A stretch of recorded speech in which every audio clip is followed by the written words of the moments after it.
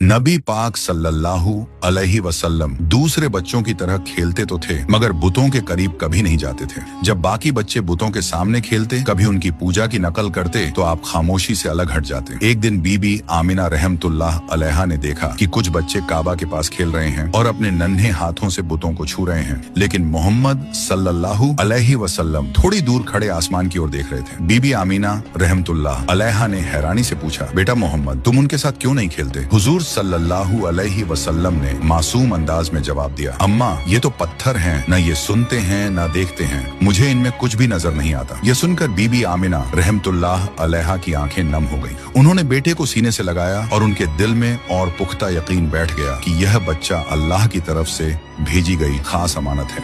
जब नबी पाक सल्लल्लाहु अलैहि वसल्लम 6 साल के हुए तो बीबी आमिना रहमतुल्लाह अलैहा ने फैसला किया कि वह बेटे को लेकर मदीना जाए। वहाँ उनके रिश्तेदार रहते थे और वह चाहती थीं कि हजरत मोहम्मद सल्लल्लाहु अलैहि वसल्लम अपने वालिद की कब्र की जियारत भी कर लें, जो मदीना में ही थी। सफर आसान नहीं था, रेगिस्तान की तपती हवा, ऊंटों की सवारी और लंबी दूरी, मगर मोहम्मद सल्लल्लाहु अलैहि वसल्लम की आंखों में अजीब सा सब्र और हौसला झलक रहा था। वे मदीना में तकरीबन 1 महीने ठहरे। रिश्तेदारों से मुलाकात हुई। जब कब्र अब्दुल्लाह पर पहुंचे तो बीबी आमिना रहमतुल्लाह अलैहा ने कहा, बेटा, यही तुम्हारे वालिद की कब्र है, वह तुमसे बहुत मोहब्बत करते हैं। हुजूर सल्लल्लाहु अलैहि वसल्लम खामोशी से कब्र के पास खड़े रहे। मासूम आंखों से आंसू बहते रहे मगर जुबान से कोई लफ्ज न निकला। मदीना से वापसी पर काफिला अब्वा नाम की जगह पहुंचा। वहीं अचानक बीबी आमिना रहमतुल्लाह अलैहा बीमार पड़ गईं। बीमारी इतनी बढ़ गई कि चलना फिरना भी मुश्किल हो गया। उन्होंने अपने बेटे को सीने से लगाकर कांपती आवाज में कहा, बेटा मोहम्मद, शायद अब मैं तुम्हारे साथ न रह सकूं, मगर याद रखना, तुम कभी अकेले नहीं होगे। अल्लाह तुम्हारे साथ है। तुम्हें वो जिम्मेदारी मिलेगी जो दुनिया में किसी और को नहीं मिली।